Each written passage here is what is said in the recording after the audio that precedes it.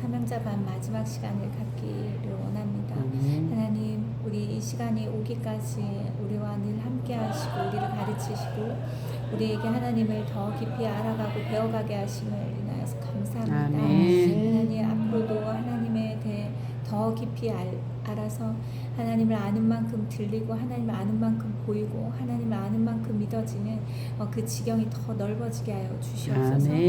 아버지, 오늘도 우리에게 가르치시고 말씀하시고 깨닫게 하시고 우리가 꼭 들어야 하고 꼭 배워야 하는 것을 주님께서 보게 하시고 듣게 하시고 알게 하시고 또 마음에 새기게 하여 주시옵소서. 그리고 우리가 배운 모든 내용들이 꼭 필요할 때 하나님 생각나게 하시고 기억나게 하시고 그때 이 말씀을 붙잡을 수 있게 하여 주시옵소서. 예수님 이름으로 기도드렸습니다.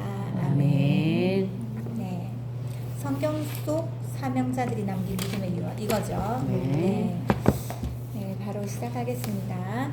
성경에 등장하는 신앙의 위인들은 하나님의 명령에 따라 사명자로 자신의 생명을 바르게 가꾸었던 믿음의 사람들이었다. 그들은 어느 날 불현듯 콧숨이 멈추는 그날을 맞았을 때 남은 사람들에게 어떤 유언을 남기고 이 땅을 떠났을까? 믿음의 조상인 아브라함 그리고 이삭과 야곱의 경우를 보자. 이들이 어떤 유언을 남겼는지 우리가 이제 보게 됩니다. 말씀 맨 밑에 쭉 보세요. 아브라함과 그의 아들 이삭 그리고 손자 야곱은 모두 헤브론 마느레의 막벨라 동굴 무덤에 장사된 것으로 유언을 대신했다. 그죠? 그들이 모두 한 동굴 무덤에 장사될 수 있었던 것은 우리나라 무덤과는 달리 필레스타인의 동굴 무덤은 대개 가족 공동 무덤이었기 때문이다. 아브라함, 이삭, 야곱에게 헤브론 마므레의 막벨라 동굴 무덤이 왜 중요했는지는 창세기 13장에서 답해주고 있다. 밑에 보면요, 아브라함이 고향을 떠나서 하나님께서 명하신 가나안으로 이주할 때 그의 조카 롯도 동행했다. 가나안 이주 후 세월이 흐르자 아브라함의 가축과 롯의 가축이 많아져서 한 곳에 함께 머무는 것이 어렵게 되었다. 하나님으로부터 가나안 땅을 약속받은 사람은 아브라함이었지만 그는 롯에게 선택권을 양보했다. 롯으로 하여금 원하는 땅을 먼저 선택하도록 해준 것이다. 그렇죠?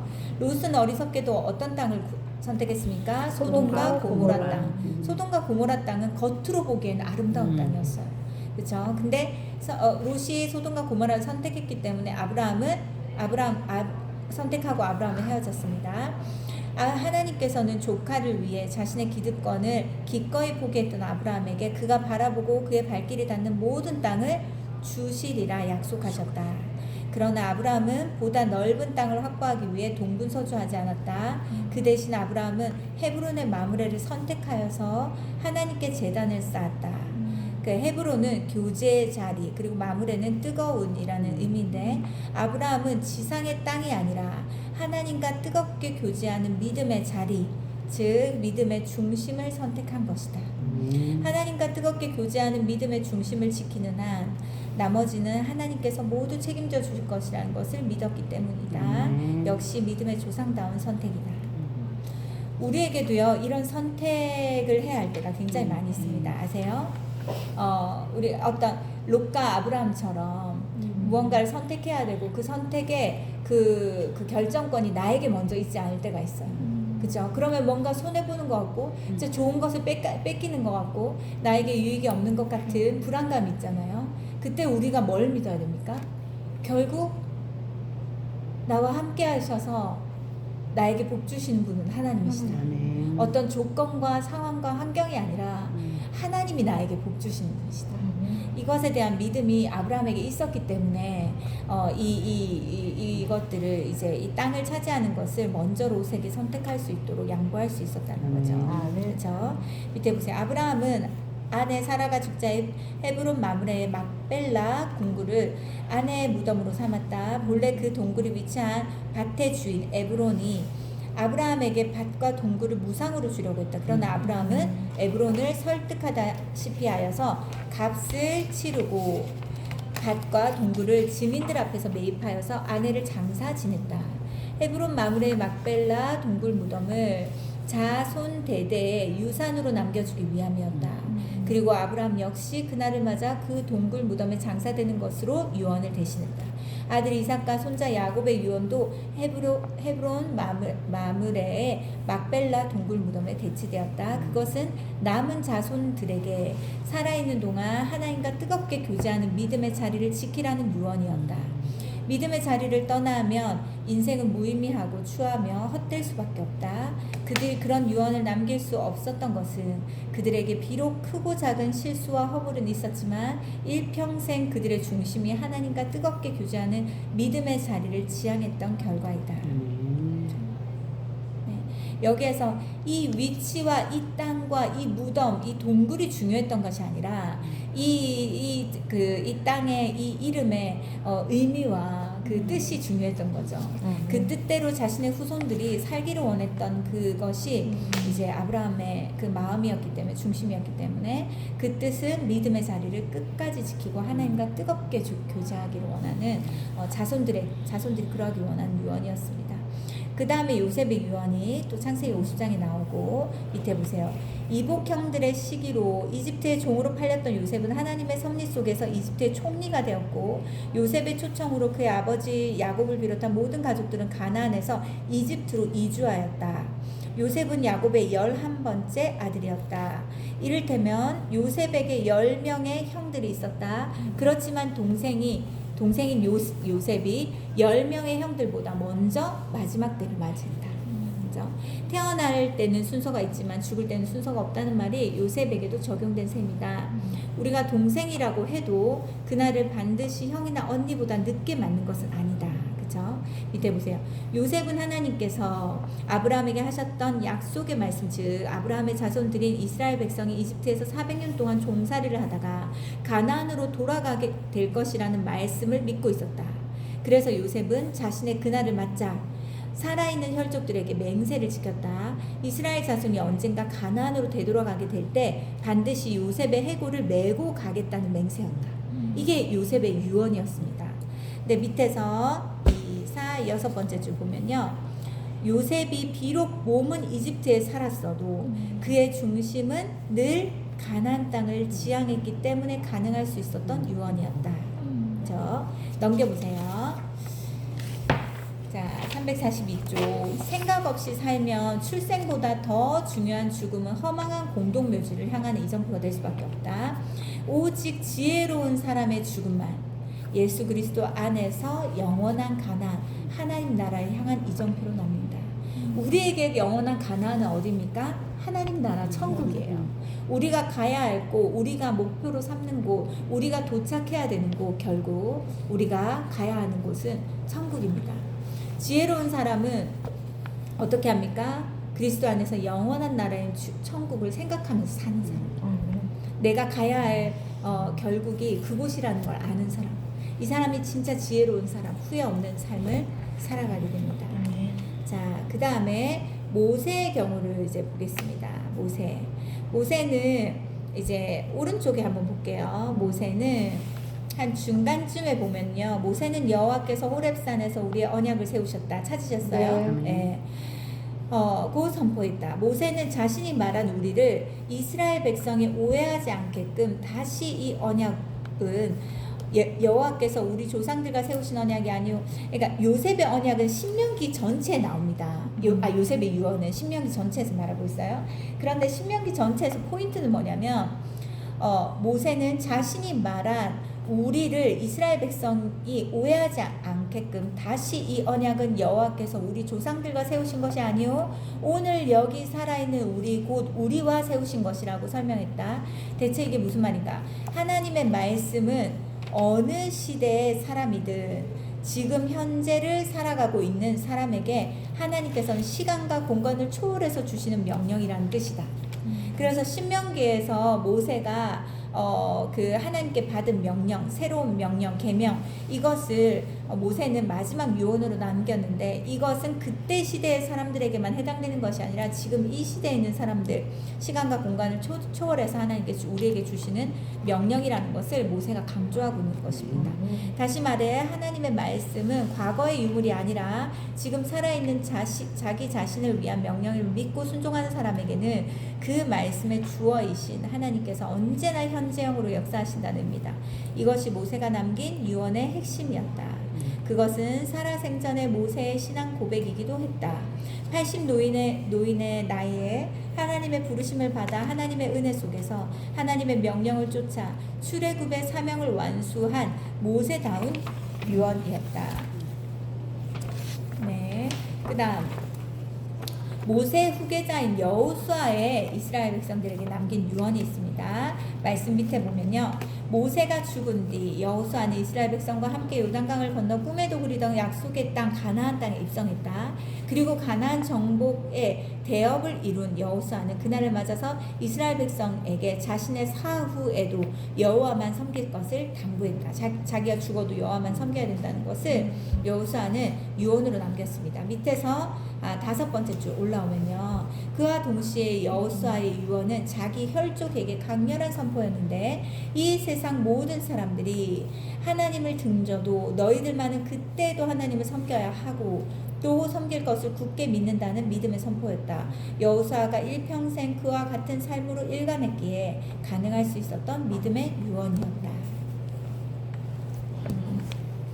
자, 오른쪽에 보면요, 이제 다윗의 유언이 나옵니다. 일단 여호수아의 유언은 일평생 어떤 때도 하나님만 섬겨야 된다는 것을 유언으로 남겼고, 또 다윗의 유언은 천하의 다윗이 자신의 그날이 코앞에 다가왔음을 알았다. 그는 자신의 후계자인 아들 솔로몬을 불러서 유언을 남겼다. 그때 솔로몬의 나이는 20세 전이었던 것으로 추정된다. 다윗의 첫 마디는 내가 이제 세상 모든 사람이 가는 길로 가게 되었다는 것이다. 죽음의 길은 세상 모든 사람이 예외 없이 가야 하는 길이기에 천하의 제왕인 다윗도 그 길을 가야만 했다. 그러나 다윗이 언급한 세상 모든 사람은 죽음에 직면한 다윗 자신만을 가리키지 않았다. 세상 모든 사람 속에는 그의 아들 솔로몬도 포함되어 있었다. 다윗은 20세도 되지 않은 아들에게 이렇게 유언을 시작한 것이다. 아들아, 아버지는 이제 이 세상을 떠나간다. 아버지가 가는 이 죽음의 길은 세상 모든 사람들이 가는 길이기에 그러므로 아들아, 내가 지금은 비록 젊어도 너 역시 언젠가는 반드시 이 길을 가야 함을 잊지 말아라. 그래서 다윗은 솔로몬에게 너는 힘써 대장부가 되라고 명했다. 얼핏 사내 장부답게 살아라는 말처럼 보이지만 그런 의미가 아니다. 히브리어의 대장부다운 남성성을 강조하는 단어는 자카르다. 하지만 본문에서 사용된 히브리 단어는 사람으로서의 남자를 강조하는 이시다. 다윗은 아들 솔로몬에게 너는 힘써 사람이 되라고 명한 것이다. 다윗 자신이 밧세바를 통간하고 그녀의 남편을 간접 살해할 때 그는 사람이 아니라 사람의 탈을 쓴 짐승이었기 때문이다. 믿음은 바른 사람이 되기 위함이다. 하나님께서 사람을 창조하셨다. 그러므로 사람이 되면 좋은 부모, 우리가 사람이 먼저 되면 좋은 부모, 좋은 자식, 좋은 목사, 좋은 대통령, 좋은 공직자, 좋은 교육자, 좋은 사회인이 될 수 있다. 어느 시대든 모든 사회의 문제는 사람이 사람답지 못한 데서 비롯된다. 그래서 다윗은 솔로몬에게 모든 사람이 가는 죽음의 길을 가기 전에 힘을 다해 사람이 될 것을, 사람다운 사람이 될 것을, 사람답게 살 것을 명령했다. 다윗은 계속하여서 내 하나님 여호와의 명령을 지켜 그 길로 행하여 그 법률과 계명과 율례와 증거를 모세의 율법에 기록된 대로 지키라고 명했다. 인간을 창조하신 하나님께서 인간에게 주신 사용 설명서인 하나님 말씀대로 살 때에만 사람다운 사람이 되어 사람답게 살 수 있다. 어떻게 살 때만요? 우리를 창조하신 사용 설명서이신 하나님의 말씀을 지킬 때 사람이 정말 사람답게 살 수 있다. 밑에 보세요. 그리고 다윗은 그리하면 내가 무엇을 하든지 어디로 가든지 형통할지라고 끝을 맺었다. 우리말 형통하다도 번역된 히브리어 동사 사칼은 무엇이든 자신이 원하는 대로 이루어진다는 말이 아니라 지혜롭게 이해하다, 지혜롭게 행하다는 의미이다. 형통에 대한 우리 의미를 좀 잘 이해할 필요가 있어요. 이 원어적인 의미는 모든 것이 만사형통, 모든 것이 잘 된다, 내가 원하는 대로 다 된다, 이게 아니라는 거예요. 지혜롭게 이해하다, 지혜롭게 행하다라는 의미이다. 인생 사용 설명서를 따르며 해야 할 것과 하지 말아야 할 것, 취할 것과 버려야 할 것을 분별하면서 지혜롭게 살아갈 수 있다. 이 말을 뒤집으면 인생 사용 설명서인 하나님의 말씀대로 살지 않으면 반드시 망한다는 것이다. 자, 오른쪽에 세 번째 줄 보세요. 그러나 다윗이 비록 잠시 실수했을망정 그 이후 다윗은 예전처럼 하나님을 경외하는 삶으로 자신의 인생을 매듭지었다. 그렇지 않았던들 사랑하는 아들 솔로몬에게 이와 같은 믿음의 유산을 남길 수는 없었을 것이다. 아버지로부터 유언을 받았던 솔로몬은 이제 또 이 솔로몬의 유언이 이어서 나옵니다. 밑에 보세요. 말씀 밑에 솔로몬은 무엇이든지 원하는 것을 주겠다고 하나님께서 백지수표로 내미셨을 때 부귀영화나 무병장수가 아니라 지혜를 구할 정도로 순전한 마음으로 아버지 다윗에게 이어 왕위에 올랐다. 그죠? 하지만 권력의 정점에서는 그는 우상 사당을 짓고 처첩을 1000명이나 거릴 정도 영육간을 타락하고 말았다. 하나님의 은혜 속에 믿음을 회복한 솔로몬은 전도서를 기록하였다. 전도서는 솔로몬의 회개문인 동시에 신앙 고백이었다. 이 세상에 남기는 유언장이기도 했다. 이 유언의 마지막 구절이 나오는데 솔로몬은 사람의 본분은 하나님을 경외하고 그의 명령을 지키는 것이라고 결론을 내렸다. 솔로몬은 그 이유를 하나님은 모든 행위와 모든 은밀한 일을 선악간에 심판하시기 때문이라고 밝혔다. 이게 무슨 말인가? 솔로몬이 영육간의 타락의 늪에 빠졌을 때 그때 그는 하나님의 심판을 아랑곳하지 않았다. 그러나 그가 하나님께 되돌아와 하나님께 순종하는 삶을 회복하게 된 것은 하나님께서 심판의 하나님이신 것을 깨달았기 때문이다. 진실로 하나님의 심판을 믿기 전까지는 인간은 하나님을 경외하고 하나님의 명령을 준행해야 하는 자신의 본분을 경홀히 여길 수밖에 없다. 결국은 하나님의 심판의 때가 내 마지막 때에 반드시 있다라는 걸 아는 사람이 지혜롭게 살 수 있다는 거죠. 그렇죠? 그 다음에 베드로의 유언이 나옵니다. 말씀 밑에 보면 베드로후서 3장 10절 도둑같이 임할 주의 날, 즉 하나님의 심판의 날에 대해서 설명하고 있다. 이 공통적인 거죠. 밑에서 세 번째 줄 보세요. 그리고 베드로는 오직 우리 주 곧 구주 예수 그리스도의 은혜와 그를 아는 지식에까지 자라가라고 명했다. 5장에서 언급한 것처럼 아는 만큼 들리고 아는 만큼 이해된다. 같은 연주장에 앉아 있어도 음악에 대해 더 많이 아는 사람이 음악을 더 섬세하고 폭넓게 듣고 더 깊이 이해한다. 믿음도 이와 같다. 주님을 아는 만큼 주님 보이고 주님을 아는 만큼 주님 말씀 들리고 주님을 아는 만큼 주님을 이해할 수 있다. 그래서 베드로는 주님을 아는 지식에서 자라가라고 명했다. 하나님의 심판, 하나님의 세마심과 상주심을 그보다 더 준비할 길이 없기 때문이었다. 또 베드로는 영광이 이제와 영원까지 그에게 있을지어라고 끝맺었다. 영광 오직 영원하신 주님께만 있었다. 그렇기에 오직 주님만 당신을 믿는 당신의 백성을 영원히 영화롭게 해줄 수 있었다. 이것이 베드로가 이 땅에 남긴 마지막 말이었다. 그리고 베드로는 그가 남긴 유언대로 그가 믿었던 주님 안에서 지금도 영원한 사도 베드로의 영광을 입고 있었다. 자, 사도 바울의 유언이 나옵니다. 말씀 밑에 보면 디모데후서는 참수형을 당하기 직전에 바울이 로마의 가족에서 이 땅에 남긴 마지막 서신이었다. 이를테면 유언장이었다. 자, 넘겨보세요. 자, 첫 번째 마지막 제시 보면 바울은 이 땅에서 자신의 생명이 다했음을 알았다. 다시 말해 바울은 인생에서 끝이 있음을 알았고 그날이 자신을 찾아왔음을 알았다. 바울은 늘 그날을 준비하며 산 사람이었기 때문이다. 그날을 맞은 바울이 이 땅에 남긴 유언을 한 단락씩 살펴보자. 이게 바울의 유언이 굉장히 중요합니다. 바울의 유언이 어쩌면 우리의 유언이 되어야 하는 것을 하나님께서 모델로 이렇게 보여주십니다. 자, 일단 나는 선한 싸움을 싸우고, 이게 무슨 의미인가? 그리스도인의 인생은 싸움이어야 한다. 단 세상 사람들의 싸움과는 달리 진리를 위한 선한 싸움이어야 한다. 진리를 위한 선한 싸움. 먼저는 자신과의 싸움이다. 아담과 하와는 선악과를 먹으면 눈이 밝아져서 하나님과 같이 된다는 사단의 유혹에 빠져 하나님의 명령을 어기고 선악과를 범했다.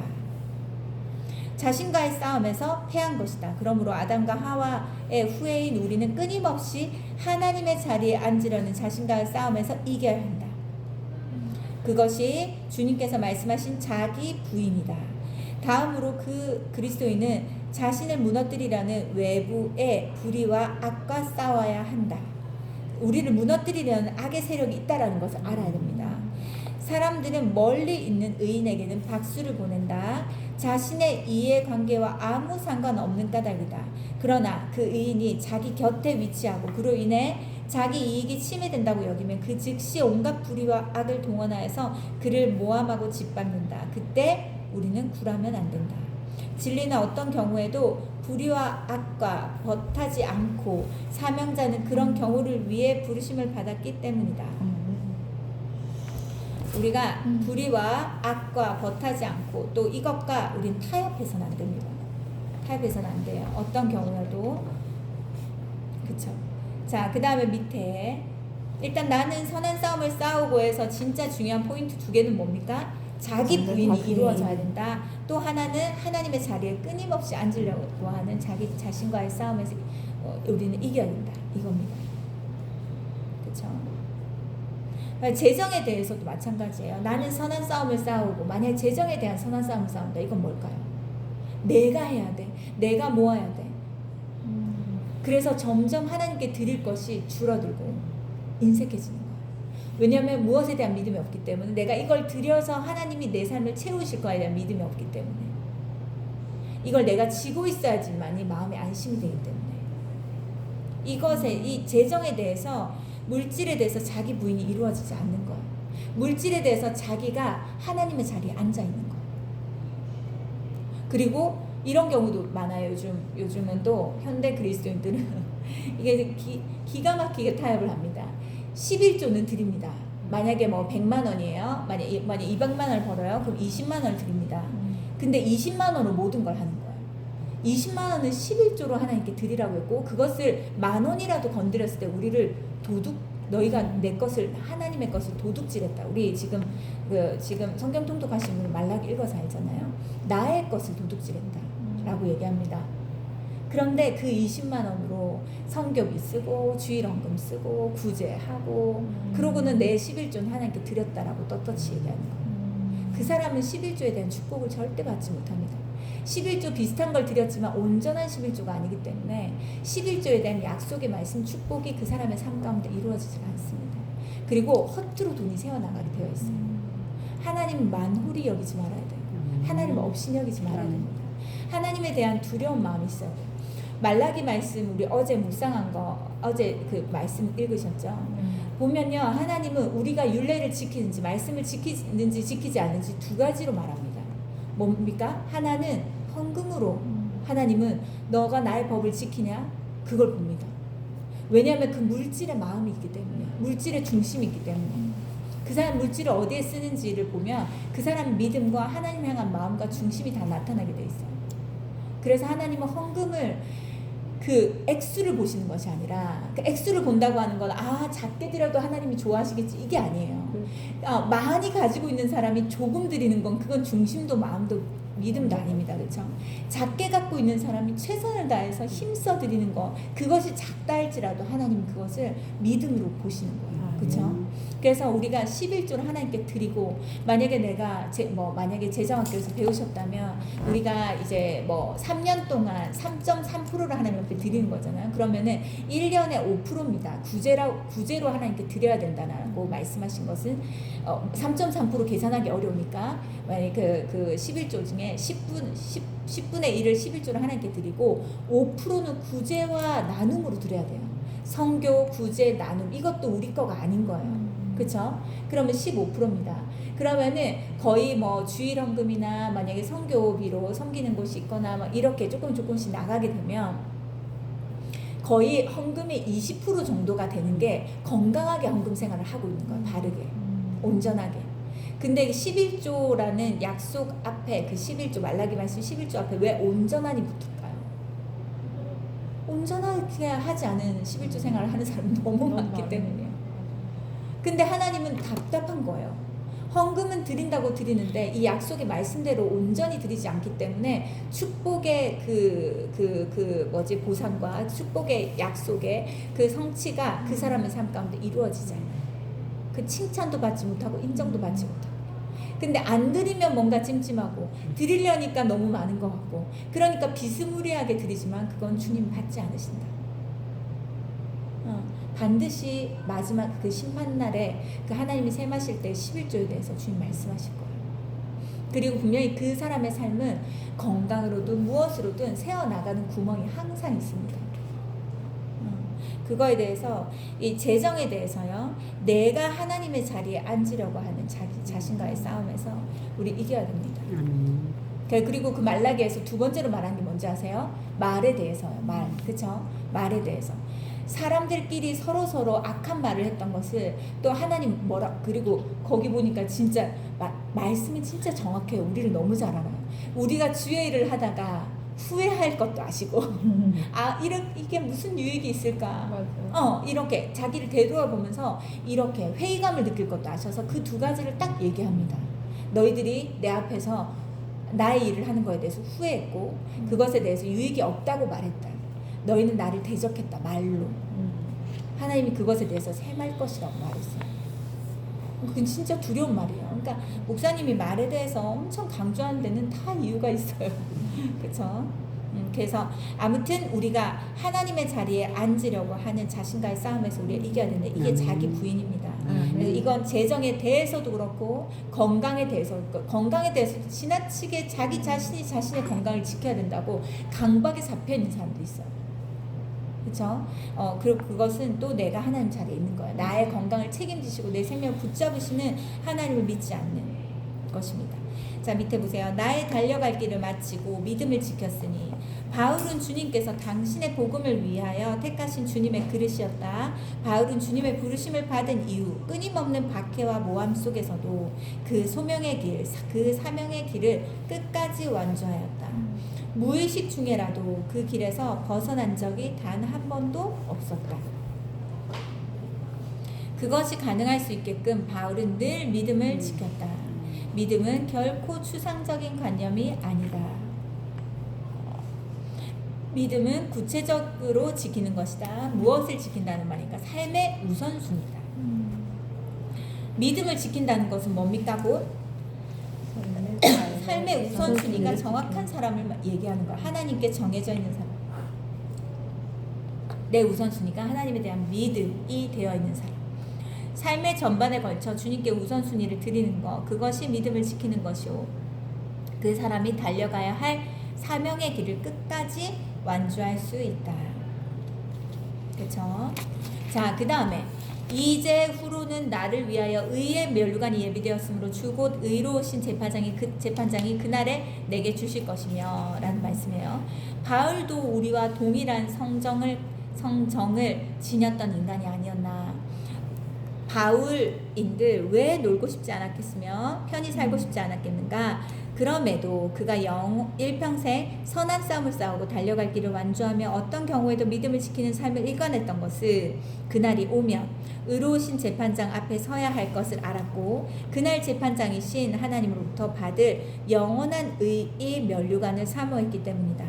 하나님의 재판정과 그 재판정에서 받을 하나님의 상 주심에 대한 믿음과 소망이 없었던들 우리가 성경을 통해 알고 있는 위대한 사도 바울은 이 세상에 존재하지 않았을 것이다. 그래서 바울의 유언은 다음과 같이 결론 내렸다. 내게만 아니라 주의 나타나심을 사모하는 모든 자에게 도인이라. 하나님의 재판정에서 상을 받을 사람은 바울 자신만이 아니라 주님의 재림 즉 주님의 재판정을 믿고 주님을 쫓는 모든 사람이라는 것이다. 그러므로 자신의 유언을 읽는 너희도 그렇게 살라는 것이 바울이 이 땅에 남긴 마지막 유언이었다. 바울 역시 자신의 죽음마저 영원한 하나님의 나라를 향한 이정표로 승화시킨 진정한 사명자였다. 자, 유언의 무게 보세요. 지금까지 살펴본 성경 인물들에게는 몇 가지 공통점이 있다. 자, 여기서부터는 결론이라서 되게 중요합니다. 볼게요. 이 장에 대한 결론이기도 하지만 이 사명자 반 전체에 대한 결론이기도 합니다. 지금까지 살펴본 성경 인물에 대한 몇 가지 공통점이 있다. 첫째, 그들은 그날을 맞았을 때 누구도 자신의 지난 삶에 대해 후회하지 않았다. 그들에게도 한때 허물과 과언은 있었지만 자신들의 잘못을 깨달은 이후에는 그들의 삶이 초지일간 하나님 나라를 목적 삼았기 때문이다. 진정 행복한 사람은 그날 그 순간을 맞았을 때 후회하지 않는 사람이다. 우리가 마지막 때가 딱 되었을 때 후회할 게 있으면 잘못 산 거예요. 그래서 하나님께서 지금 이 책을 통해서 우리에게 말씀하시잖아요. 그때 후회하지 말라고. 지금 돌이키고 지금 제대로 살으라고. 그쵸? 둘째, 그들은 하나님께로부터 부여받은 소명의 삶에 충실한 사람들이었다. 사명에 충실한 사람. 그들은 자신의 삶을 다른 사람들과 비교하지 않았다. 다른 사람들의 삶에 언저리를 기웃거리지도 않았다. 그들은 자신들에게 주어진 사명이 무엇이든 그 삶의 현장에 하나님의 절대적인 의미가 있음을 알고 있었다. 그래서 그들의 삶은 모진 비바람 속에서도 사명자 행전으로 엮어질 수 있었다. 비교하지 않았고 자신의 소명에 충실했다는 거예요. 그렇죠? 왜냐하면 우리의 사명의 길에서 벗어나게 만드는 것은 끊임없이 다른 사람과 비교해서 내가 지금 뭔가 잘못하고 있고 뭔가 뒤처지고 있고 뭔가 멈춰있다라고 생각하는 이런 것들 때문에 이제 이 사명을 제대로 이루지 못하고 세상적인 가치관에 다시 그 헛된 길로 빠지는 경우가 많기 때문이에요. 자, 세 번째, 그들은 그날이 오면 예외 없이 하나님의 심판대 앞에 서야 함을 알고 있었다. 그들이 믿는 하나님은 셈하신 하나님, 상 주시는 하나님이셨다. 마지막으로 그들의 유언은 남은 자들에게 영원한 삶을 위한 이정표가 되었다. 그들의 유언은 21세기를 살아가고 있는 우리에게 귀중한 교훈을 던져주고 있었다. 뭐예요? 자, 첫 번째는 뭐였습니까? 이 공통점이 뭡니까? 첫 번째는 후회하지 않았다는 것과, 두 번째는 자신의 사명에 충실했다는 것과, 세 번째는 마지막 하나님의 심판대 앞에서 셈하는 그날이 온다라는 걸 알았다는 거예요. 그 다음 마지막으로는 이것이 우리에게 이정표, 우리가 나아갈 방향이 되도록 유언으로 남겼다는 겁니다. 그래서 그들의 유언은 21세기 살아가는 우리에게 귀중한 교훈을 주고 있다. 사명자로 살아가는 사람의 인생은 충분히 길다. 해야 할 일을 다 못하는 것은 결코 인생이 짧아서가 아니다. 어리석게도 주어진 사명을 망각하고 인생을 허망하게 허비하기 때문이다. 그러니까 쓸데없는 것 쫓다가 시간 다 낭비한다는 거죠. 인생을 허비하기에는 100년도 짧지만 부르심을 쫓아 살기에는 인생은 언제나 넉넉히 길다. 예수님께서는 단 3년간의 공생애로 인류의 역사를 새롭게 하지 않았는가. 주님께서는 하루가 1000년 같고 1000년이 하루 같다.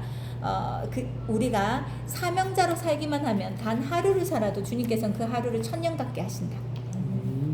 사명자로 살아가는 사람의 인생은 충분히 의미가 있다. 사명자로 살아가는 사람에게는 어떤 사건, 어떤 시간치고 절대적인 의미를 지니지 않는 것은 없다는 말이다. 의미를 부여하는 분이 사명을 주신 하나님이시기 때문이다. 사명자의 길을 걷는 바울에게 고난과 고통과 괴로움이 얼마나 많았는지 모른다. 그러나 그는 이렇게 고백하지 않았던가. 밑에 말씀 같이 읽어볼까요? 시작. 생각하건대 현재의 고난은 장차 우리에게 나타날 영광과 비교할 수 없도다. 또 밑에 말씀이요. 우리가 알거니와 하나님을 사랑하는 자 곧 그의 뜻대로 부르심을 입은 자들에게는 모든 것이 합력하여 선을 이루느니라. 되씹으면 되씹을수록 감사하고도 감사한 말씀이다. 사명자로 살아가는 사람의 인생은 충분히 아름답다. 사람 보기에 아름답다는 말이 아니다. 사람 보기에는 얼마든지 추하고 미련하고 어리석어 보일 수 있다. 그러나 사명자로 살아가는 사람은 하나님께서 아름답게 보신다. 하나님께서 사명자들을 얼마나 아름답게 보시면 당신의 말씀이 성경 속 주인공들이 되게 하셨겠는가. 사명자로 일관한 그들의 삶은 이 세상 그 어떤 보석, 그 어떤 예술 작품보다 더 아름답다. 사명자로 살아가는 사람의 인생은 신비롭다. 비가 쏟아지면 쏟아질수록 노아의 방주가 점점 더 높이 올라간 것이 신비하지 않은가. 나일강 갈대상자 속의 아기가 이집트 공주에 의해서 모세로 건져 올려지는 미디안 땅에서 세상의 소망이 끊어진 80 노인 모세가 출애굽의 지도자로 하나님의 부르심을 받은 것이 신비하지 않은가. 천하 무식군인 베드로와 교회를 짓밟던 폭도 바울이 예수 그리스도 안에서 사명자 행전을 엮은 것이 신비가 아닌가. 하나님의 신비는 아무에게나 보이지 않는다. 그러나 보려는 사람에게는 하나님의 신비는 언제나 확실하게 보인다. 사명자로 살아가는 사람에게는 그의 인생 자체가 하나님의 신비다. 사명자로 살아가는 사람의 인생은 영원하다. 모든 인간의 육체는 반드시 그날을 맞고 콧숨이 멎음과 동시에 죽는다. 여기까지는 모든 인간이 동일하지만 그 다음부터는 다 동일하지 않다. 어떤 이의 인생은 물거품처럼 사라지는가 하면 어떤 이의 인생은 영원히 살아남는다. 성경 속 사명자들 역시 이 세상에서 모두 죽었지만 동시에 그들은 영혼 속에 영원히 살아있다. 그들에게 사명을 주신 하나님께서 영원하신기 때문이다. 그렇기에 사명자로 살아가는 사람의 유언 역시 영원히 유효하다. 그들이 영혼 속에서 영원히 살아있기에 그들의 유언에도 유효기간이 있을 수 없다. 성경 속 사명자들의 유언은 길게는 4,000년에서 짧게는 2,000년이 지나 오늘날까지 우리로 하여금 옷깃을 여미게 하고 있지 않은가? 오늘이 만약 우리의 콧숨이 멎는 그날이라면 우리는 우리의 주위 사람들에게 어떤 유언을 남기는가? 기도하는 심령으로 유언을 써보자. 그래서 써보셨어요? 네. 무엇을 남기고 싶은가, 그리고 무엇이 후회되는가를 한번 써보는 거 되게 좋아요. 아, 그럼 내가 이게 후회된다고 말하지 않기 위해서 난 지금부터 이걸 살아내야지. 이게 되니까. 왜냐면 죽기 전에 제일 많이 아쉬운 것이 후회잖아요. 후회. 근데 그 후회를 적게 하는 사람일수록 그 인생을 잘 살아내는 사람이기 때문에 그렇습니다. 그리고 우리가 이거 이제 이 땅에서의 싸움은 선한 싸움이라고 했잖아요. 믿음의 선한 싸움. 그리고 마지막 때가 온다는 거, 사명을 우리는 이루어야 된다는 거. 근데 이게 우리만 이걸 알고 있어야 되는 게 아니라 우리 자녀들에게도 이걸 알려줘야 돼요. 자녀들에게도. 너희들이 태어난 데는 이유가 있다. 그리고 목적 없이 이 세상에 태어난 사람은 없다. 우리가 이게 끝나고 나면 목적이 있는 삶을 할 거거든요. 목적 없이 이 세상에 태어난 사람은 없다. 근데 내가 어떤 목적을 가지고 이 세상에 태어나고 이 세상에 보내졌는지를 빨리 찾고 그것을 위해서 준비하는 것은 너무 중요하다. 그리고 그 사명을 다 이루어, 그 사명을 위해 준비하고 그 사명을 이루고 그 사명을 다 이루었을 때 우리가 주의 앞에 서야 된다. 그죠? 그렇게 해야 됩니다. 우리 애들이 뭐 어린아이들도 있고 큰아이들도 있겠지만 애들은요 계속해서 학교나 학원이나 친구들과의 관계 속에서 그 다음에 직장 생활을 해도 직장 속에서 계속해서 비교 속에서 살아가게 됩니다. 우리 혜인이가 며칠 전에 저한테 그러는 거예요. 이제 고등학생이 되었잖아요. 이제 대입을 준비하잖아요. 근데 친구들이 그 대입을 준비하기 위해서 여기도 이 대안학교긴 하지만 대입에 유리한 플러스가 되는 여러 가지 것들이 있어요. 그러니까 AP라고 해가지고 대학교 수업을 미리 땡겨서 듣는 게 있어요. 그걸 하면 가산점이 붙는 거예요. 그 다음에 뭐 동아리 활동을 내가 지원하고 싶은 과에 동일한 동아리 활동을 했잖아요. 그것도 가산점이에요. 뭐 어디 대회 가가지고 뭐 상을 받는다든지 무슨 활동을 했다든지 아니면 임원 활동을 했다든지 이것도 리더십에 대한 그 가산점이에요. 그러니까 미국에서 보는 그 가산점들이 있거든요. 학교에서 보는 것들이. 근데 친구들이 그 모든 것들이 혈안이 돼 있대요. 난 뭘 해서 더 가산점을 얻을까? 뭘 해서. 근데 이 친구들은 그거를 안 해도 이미 이 과목별로 그 과외를 받고 엄마들이 사람들을 선생님들을 붙여가지고 이제 공부에 도움을 받아요. 그죠? 근데 우리 아이들은 셋 다 그럴 수가 없잖아요. 아무도 그렇게 해본 적이 없어요. 그럴 수도 없고. 근데 혜인이가 이제 좀 불안한 거예요. 중학교였을 때는 이제 모르고 있다가 고등학교 되니까 애들이 막 너무 막 이거에 어떻게 점수를 더 받지, 어떻게 좋은 데 가지, 어떻게 막 이렇게 되니까 이 압박이 오기 시작하는 거예요. 그러면서 자기는 지금 너무 뒤처져 있는 것 같고 아무것도 뭔가 애들은 열심히 뭔가를 하고 있는데 난 뭘 해야 될지도 모르겠고 뭘 해야 될지 몰라 멍하게 있으면 뭔가 나만 준비를 안 하고 이때를 시간을 다 놓쳐서 나중에 후회할 것 같고 그러니까 이런 불안함이 온다는 거예요. 만약에 자녀들이 그런 얘기를 한다. 직장에서도 이런 말을 할 수 있어요. 직장에서 나만 지금 진급되지 않고 나만 그 자리에 머물러 있고 뭔가 근데 내 자리도 위태롭다. 이렇게 그 고민을 얘기할 때도 있잖아요. 그렇죠? 그럴 수도 있잖아요. 근데 어떤 직장에 어디에 취업을 해야 될지 모르겠다. 뭐 여러 가지가 있습니다. 그런 고민을 할 때 혜인이 나이 때면 그런 고민을 할 거고 또 직장이면 직장인도 할 거고 더 어리면 더 어린 아이대로 고민을 할 거예요. 그때 우린 뭘 말해줘야 됩니까? 뭘 말해줘야 돼요?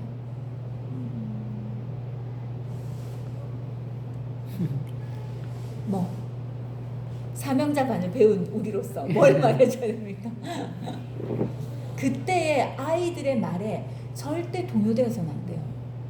그것에 동요되는 것은 곧 세상의 가치관에 나도 훅 들어가 버리는 거야. 그래 어떡하지? 그러면 너 이거 하기 위해서 뭘 해야 되지? 그럼 너 어느 동아리 갈래? 너 그럼 뭘 할래? 뭐 전공하고 싶어? 너 전공하고 싶은 거에 관계된 동아리 뭐야? 그 빨리빨리 찾아. 그 찾아가서 빨리빨리 나 이거 한다고 말해. 임원 지원해. 뭐 이렇게 할 거예요? 아니에요.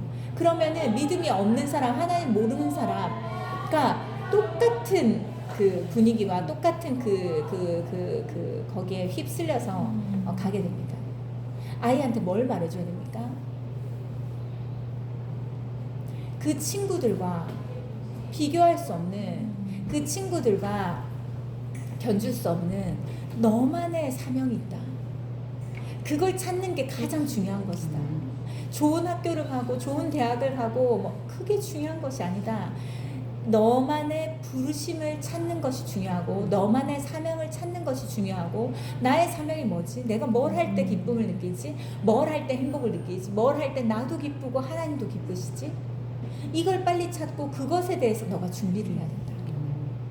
근데 그것에 만약에 어떤 이런 이 동아리 활동이 도움이 되겠다. 이것에 임원 활동이 도움이 돼. 그러면 하는 거지만 얘네들이 막 하고 있으니까 불안해가지고 두려워가지고 막 안 하면 큰일 날 것 같아. 그렇게 하는 것은 옳지 않다. 근데 내 사명을 이루는데 이게 필요하다. 내 사명, 내 부르심을 이루는데 이 준비가 필요하다. 이게 도움이 된다. 그러면 그걸 하는 거다. 모든 기준은 하나님의 부르심과 사명을 이루기 위함이 되어야 하는 것이지 좋은 대학을 가기 위함이 아니다. 그 얘기를 해야 됩니다.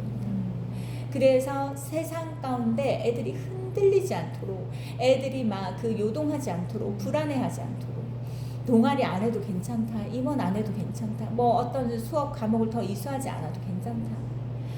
너가 있는 그 자리에서 사명을 이루기 위해 그 최선을 다해서 준비하고 공부하고 열심히 그 자리를 지키고 있으면 하나님께서 너의 길을 열어주시고 네가 어느 대학을 가고 어떤 길로 가는지 어떤 길이 열리고 닫히는지는 하나님께 정해진 것이지 누군가가 정해주는 것이 아니다.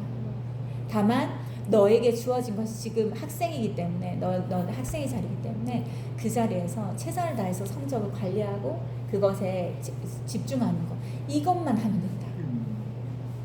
그렇게 말했을 때 어땠을까요? 엄마는 아무것도 모르니까 세상에 돌아가는 거 몰라가지고 이렇게 비현실적인 얘기를 한다 이렇게 말할까요? 그렇지 않아요. 애가 평안해져요. 왜냐하면 정확한 기준과 방향과 목적과 이것을 딱 정해주기 때문에. 그렇죠? 부모의 역할은요 무언가를 넌 일로 가라 플랜을 짜가지고 너 이렇게 가야 되고 A 했으면 B로 가야 되고 B 했으면 이게 아니라 방향성을 알려주는 거예요. 그렇죠? 정확한 기준을 가지고 하나님이 무엇을 원하시는지 어떤 길로 가길 원하시는지 방향성. 또 하나는 우리 이제 의기랑 혜원이가 이제 그 뭐 학비랑 이런 걸 번다고 알바를 했잖아요. 얘네들이 알바를 해도 최저시급으로 버니까 그 돈이 얼마가 안 되잖아요. 둘 다 몇 달 동안 진짜 죽을 힘을 다해서 벌었는데 240을 버는 거예요. 240을.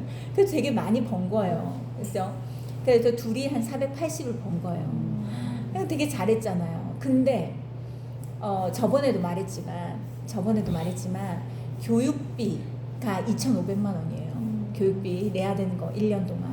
2,500만 원에 480을 벌었으니 힘이 나겠어요? 힘이 빠지겠어요? 몸은 엄청 고되고 밥을 굶어가면서 수학학원에 그 알바 있잖아요. 학원은 밥을 못 먹어요. 그렇죠? 그래서 굶어가면서 애들을 가르쳤는데 결국은 돈은 채워지지 않고. 그렇죠? 엄청 실족한 거예요. 그때 무슨 유혹이 오는지 아세요? 11조예요. 처음에 90만 원이 딱 들어온 거예요.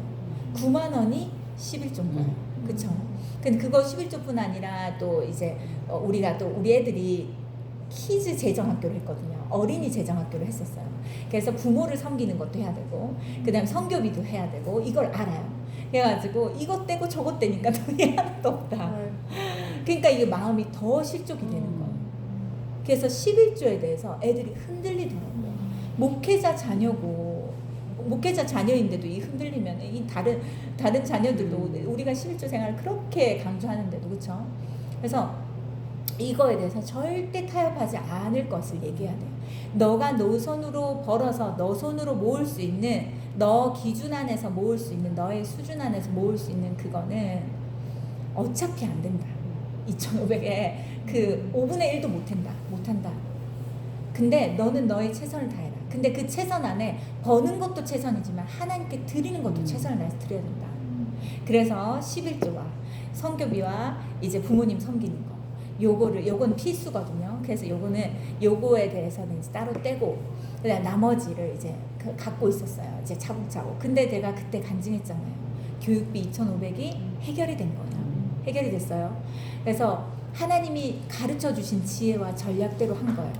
먼저 편지를 쓰고 교장 선생님을 찾아가고 자신의 필요를 나누고, 그리고 내가 1년 동안 얼마나 죽으림을 다해서 공부했는지에 대해서 얘기하고, 앞으로도 도와주시면 내가 앞으로도 진짜 열심히 공부하겠다, 이걸 약속하고, 나를 도와주신 거에 대해서 후회되지 않도록 제가 최선을 다해서 공부하겠습니다, 이렇게 말하면서 이제 한 거예요.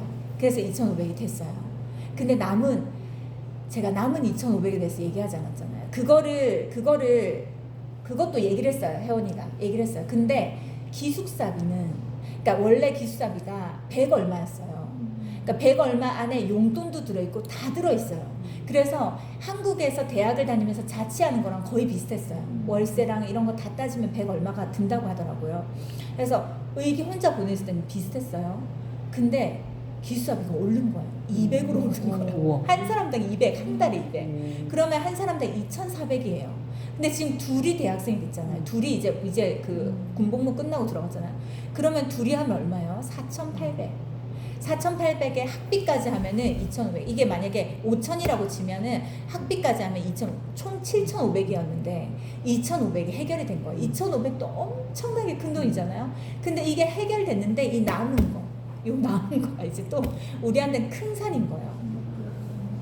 근데 혜원이가 이제 막 계산을 해보더니 집을 구해야 되겠다. 오빠랑 같은 집에 살면 이제 기숙사는 한 사람당 200씩인데 월세를 구하면, 자취를 할 수 있는 월세를 구하면 한 달에 월세비가 2,200이어서 반으로 주는 거예요.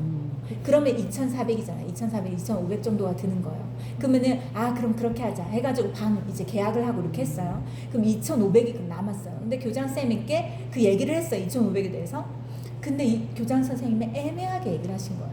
왜냐면 장학금으로 줄 수 있는 명목은 교육비밖에 안 된다. 학비만 장학금을 줄 수 있지, 이런 그 기숙사비나 특히나 월세는 그거는 가족들과 부모들이 해야 하는 거지, 이거는 장학금 명목으로 줄 수가 없고, 만약에 이걸 장학금 명목으로 줬는데 학교에 이걸 학비로 들어간 게 아니라 그 월세로 개인에게 준 거기 때문에 이 감사가 나오면 엄청나게 재정에 타격을 입는다는 거예요. 투명하지 않아서. 그래서 그건 좀 어렵게 되겠다. 근데 개인 후원자를 한번 알아보겠다. 왜냐면 거기 좀 부유하신 분들이 있으니까 개인 후원자를 알아보겠다. 이제 그렇게 했는데 연락이 없는 거예요. 계속 기다려도 연락이 없고 또 기다려도 연락이 없고. 근데 우리가 언제 기대한 줄 알아요? 부산 전도행 끝나고 나서. 전도행 기간 동안 휴대폰을 꺼놓잖아요. 엄마, 부산은 전도행 끝나고 나서 휴대폰을 딱 켰을 때 이 후원자가 생겼다라는 이 답이 와 있었으면 좋겠다. 왜냐면 우리가 전도행 때마다 항상 열심히 사역하고 진짜 몸이 부셔지도록 우리가 주를 위해서 일하고 오니까 하나님이 이걸 선물로 주셨으면 좋겠다. 근데 그 일 일어났을까요? 안 일어났어요. 갔다 와서 휴대폰을 켰는데 엄마, 교장선생님이 일십하셨어. 보내는 문자마다 다 그냥 읽기만 하시고 답을 주지 않으시는 거예요. 근데 그럴 뿐이 아니거든요. 그래서 마음이 되게 좋지가 않았던 거예요. 근데 이제 얘가 그래서 근데 엄마 이런 생각이 들어. 만약에 우리가 부산 전도행을 갔다 와서 만약 이런 소식이 있었다 그러면 우리가 사역을 잘했고 우리가 전도행을 잘 마치고 왔고 우리가 주를 위해서 힘쓰고 열심히 해서 하나님께서 이렇게 해주셨지 하고 우리에게 초점이 맞춰져 있었을 것 같아. 우리 때문이라고. 우리가 뭔가 잘못하면 우리에게 집중되어 있을 것 같다. 근데 이렇게 되지 않은 것은 하나님이 하나님의 방법으로 해주시겠지. 근데 그때쯤에 의기랑 혜원이가 둘이서 우리 몰래 우리가 안 볼 때, 목사님과 저가 안 볼 때 우리 학교를 그만두는 것도 생각해보자. 엄마 아빠에게 이 부담을 드리면서까지 할 필요는 없어. 이건 중요하지 않아. 우리 인생 어차피 하나님께 달려있어. 우리가 어떤 직업을 갖고 무슨 일을 하든 우리는 벌 수 있어. 일단 영어가 되니까, 애들이 영어가 되니까 뭘 해도 할 수 있어. 그렇게 둘이서 얘기를 한 거예요. 그리고는 2,500에 대해서 우리에게 부담을 주고 싶지 않아가지고 자기들끼리 울먹울먹거리면서 그렇게 둘이서 얘기를 한 거예요. 그러고 나서 다 모든 걸 다 내려놓은 거예요. 그 다음에 이제 우리 혜원이가 고등학교 입학식 행사가 있어가지고 이제 학교를 간 거예요. 그러니까 혜원이가 2년을 늦게 들어갔거든요.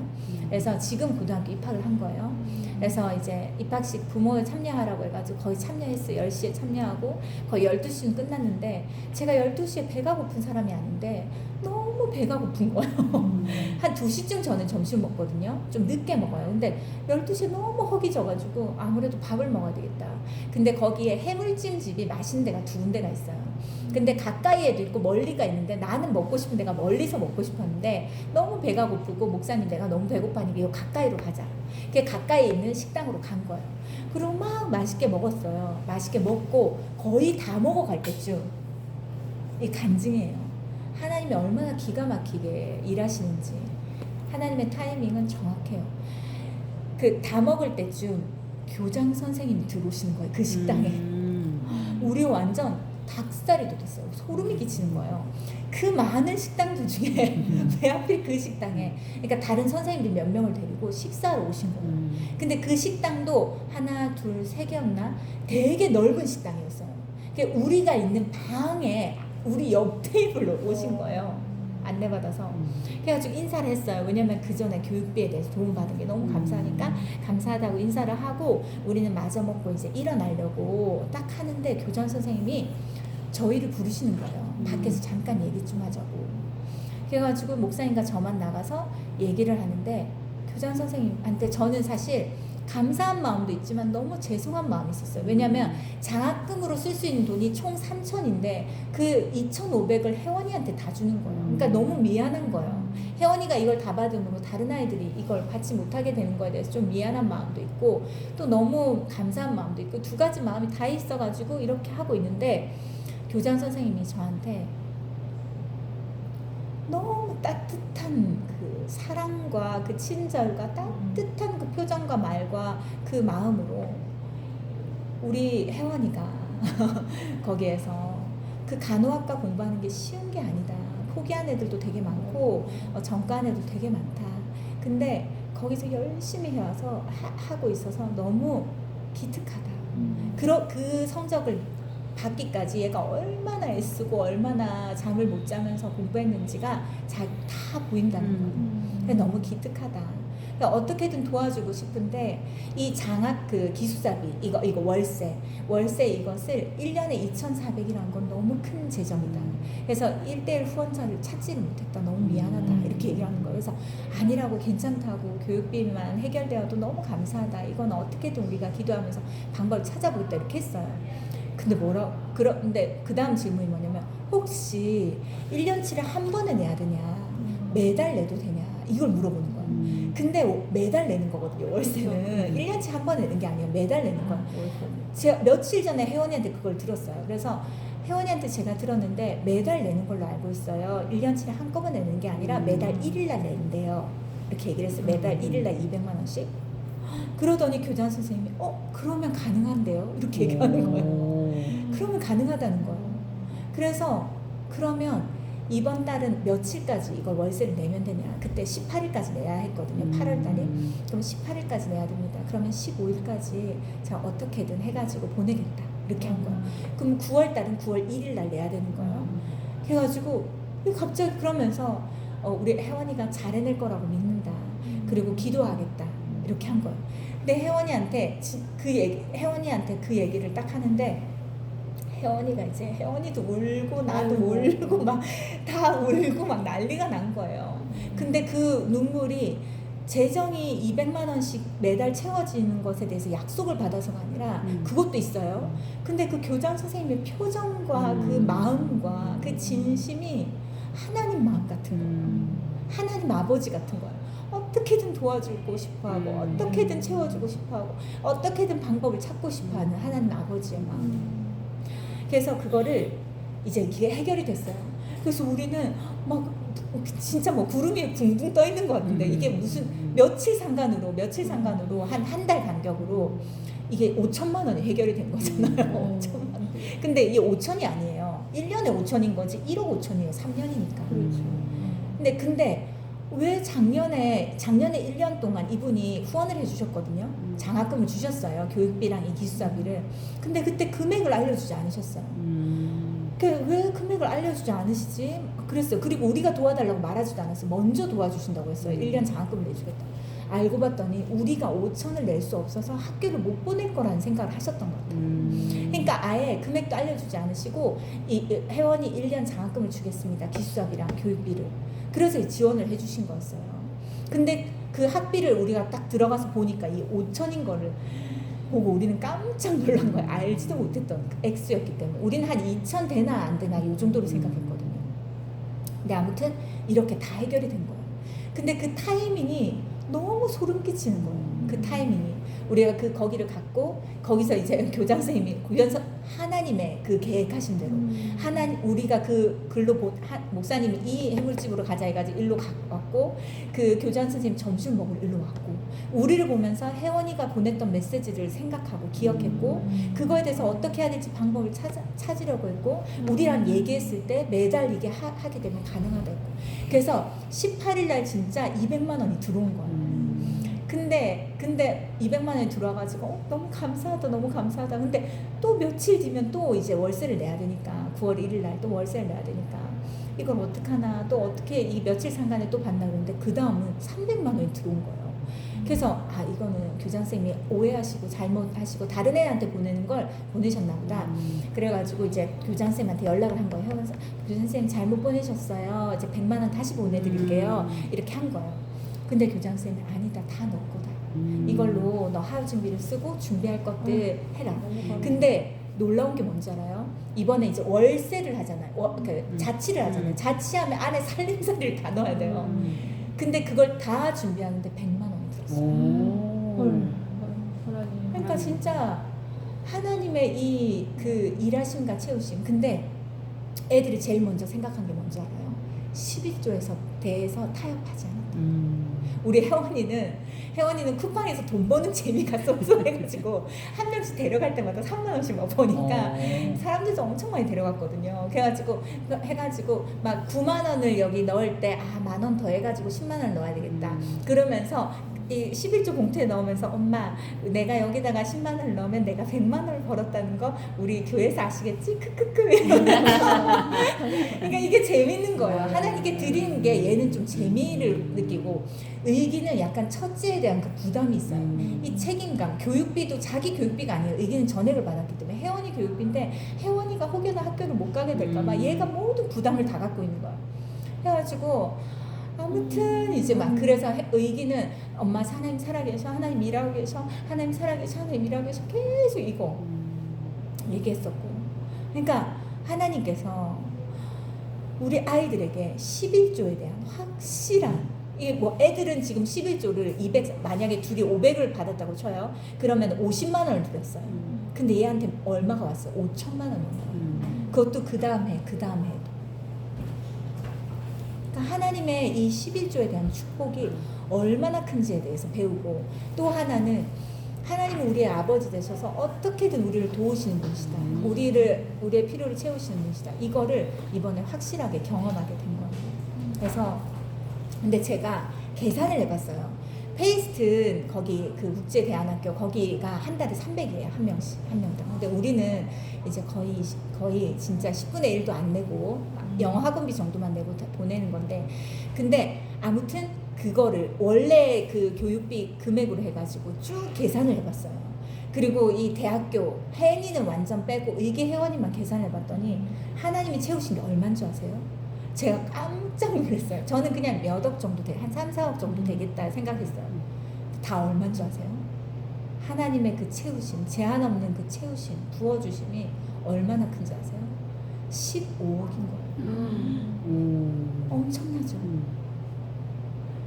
그러니까 어떻게 이게 가능해? 우리 지금 7,900짜리 아파트에 살고 있는데 7,900, 8,000도 안 되는 아파트에 살고 있는데 우리 손에 한 번도 쥐지도 못하고 한 번도 구경하지 못한 재정이 다 들어온 거예요. 하나님이 이렇게 우리에게 부어주신 분이에요. 채워주신 분. 우리가 뭘 잘나서 잘해서가 아니에요. 일단 우리가 해야 할 것은 11조와 하나님 것을 절대 도둑질하지 않고 그거 하나님께 드릴 걸 힘써 드리고 우리가 있는 자리에서 최선을 다해서 그리고 얘네들 자기 480 벌었잖아요. 하나님께 11조 드리고 뭐 400 정도 남았잖아요. 그걸로는 자기가 사야 되는 거 필요한 거 샀어요. 그러니까 이거 원래 교육비로 다 들어가서 한 푼도 손대면 안 되는 돈이었는데 갑자기 애들이 부유해진 거예요. 이것저것 필요한 것들 사고 그리고 막 좀 나누고 어려운 사람들한테 나눠드리고 아무튼 하나님의 이런 일하심은 너무너무 놀랍고 하나님의 함께 하심. 제가 이거를 얘기하는 이유는요. 여기 계신 분들은 이걸로 인해서 실족하거나 이걸로 시험 들거나 이걸로 인해서 시기 질투에 빠질 사람이 없을 걸 알기 때문에 얘기를 하는 거고 또 하나는 뭐냐면 하나님이 얼마나 크신 분이신지 하나님의 존재와 하나님의 전능하심과 하나님의 제한 없는 능력에 대해서 이 간증을 듣고 그 믿음이 커졌으면 좋겠어요. 그리고 우리가 절대 하나님 자리에 있지 않고 애들이 학교를 못 간다 안 간다 그만둔다 이런 얘기를 했을 때 제가 한 말이 있었어요. 하나님이 이 모든 것을 모르셨을까? 너희가 페이스톤 맨 처음에 들어갈 때 그걸 다 알고 거기 보내신 거예요. 그렇다면 하나님이 다 계획이 있으셔. 어차피 우리 힘으로 안 되는 거야. 우리 능력으로 안 되는 거야. 하나님께 맡기자. 그리고 우리는 우리의 최선을 다하자. 이렇게 하나님이 너무 우리 가족들에게 너무 큰 위로 우리 몇 달 동안 울었거든요. 이것 때문에 기도하고 울고 기도하고 울고 너무 답이 안 나와서 그리고 저는 근데 이거에 집중할 수가 없어서 전도에 갔다 와야 했기 때문에 근데 하나님께서는 나는 하나님의 일을 하고 하나님은 우리의 일을 하셨어요. 이렇게 사명을 이루는 그 자리에서는요 하나님이 그 사명자의 삶에 일어나는 모든 필요들 있어져야 되는 모든 필요들을 다 채우시고 공급하시는 좋으신 하나님이십니다. 네. 우리 함께 기도할게요. 함께 통성으로 기도할 때 우리 자녀들에게 이런 여러 가지 믿음의 경험들을 했습니다. 우리에게도 자녀들이 있습니다. 그렇죠? 우리 자녀들에게도 이런 믿음의 경험을 살아계신 하나님에 대한 믿음을 경험할 수 있도록 위해서 우리가 같이 기도하고 그 다음에 흔들림 있고 타협하려고 하는 것들이 있을 때 믿음의 선한 싸움을 싸워 진리를 선택하고 하나님께서 원하시는 방법과 그 방향과 그 목적을 선택할 수 있는 절대 유혹받고 흔들리지 않는 우리 자녀들이 될 수 있도록 우리 같이 기도하고 우리가 먼저 그런 방향을 제시할 수 있도록 기도하고 우리도 사명을 찾고 그것을 이루는 사람이 되고 우리 자녀들도 사명을 찾고 그것을 흔들림 없이 이루어드리는 삶을 살게 해달라고 우리 같이 기도하겠습니다.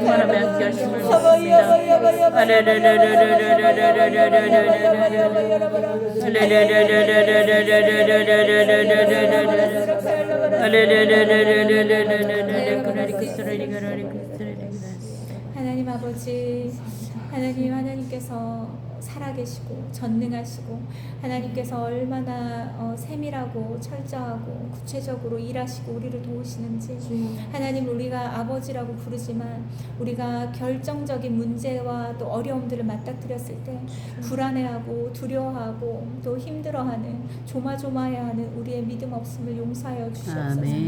하나님께서 우리의 아버지 되셔서 얼마나 우리를 도와주고 싶어 하시는지, 얼마나 우리의 필요를 채워주고 싶어 하시는지, 얼마나 우리의 그 모든 어려움에 관심이 있으신지, 그것에 대해서 우리가 잊어버리고 나 혼자 내 힘으로 나의 어떤 것으로 문제를 해결하려고만 했던 우리의 교만함을 용서하여 주시옵소서. 우리도 모르는 사이에 하나님 자리에 우리가 있었던 것을 용서하여 주시고, 나의 방법으로 문제를 해결하려고 하였던 모든 시도들이 있었다면 다 내려놓게 하여 주시고, 이제는 하나님의 방법으로 하나님께 하나님의 자리를 내어드려 하나님께서 하나님의 방법으로 하나님의 계획대로 일하실 수 있도록 우리는 믿음의 자리에 앉고 하나님은 하나님의 자리에 앉혀드리는 그런 우리가 되게 하여 주시옵소서. 하나님 또한 우리 자녀들, 또 우리 하나님께서 우리를 이 세상에 보내시고 우리 자녀들을 우리 이 세상에 보내신 목적이 있을 텐데 그 목적과 부르심을 찾게 하시고 그것을 발견하게 하시고 깨닫게 하시고 그걸 위해 준비하게 하시고 그 사명의 길을 걸어가게 하여 주시옵소서. 그래서 하나님, 그 사명의 길 안에서 하나님께서 우리를 혼자 내버려 두지 않으시고 우리를 어떻게 도우시고 함께 하시고 우리를 이끌어 주시는지도 우리가 수없이 간증하며 그 하나님을 높여드릴 수 있는 우리가 되게 하여 주시옵소서. 그래서 우리가 사명의 길을 다할 때 하나님, 우리의 사명의 길 가운데 나 혼자 이 사명을 이루지 않고 하나님이 함께 하심으로 이 모든 것을 이루었다고 고백하며 후회 없는 그 삶을 살아갈 수 있는 우리가 되게 하여 주시옵소서. 우리가 이 많은 믿음의 사람들이 믿음의 유언을 남겼던 것처럼 우리가 마지막 때 하나님 앞에 선다는 것을 절대 잊어버리지 않게 하여 주시고 후회되는 인생 살아가지 않게 하시고 지금의 우리의 삶에 대해서 충실하게 하시고 우리의 그 소명을 절대 잃어버리지 않는, 그리고 타협하지 않는, 헛된 길로 나아가지 않는 우리가 되고 또 우리 자녀들이 되게 하실 것을 믿습니다. 우리 이 사명자반을 통하여서 우리에게 많은 것들을 가르쳐 주시고 말씀하신 하나님께 감사드리며 우리 자녀들을 하나님께서 사명의 길로 부르시고 또 하나님께서 책임지시고 함께 하실 것을 믿습니다. 예수님 이름으로 기도드렸습니다. 아멘. 감사합니다.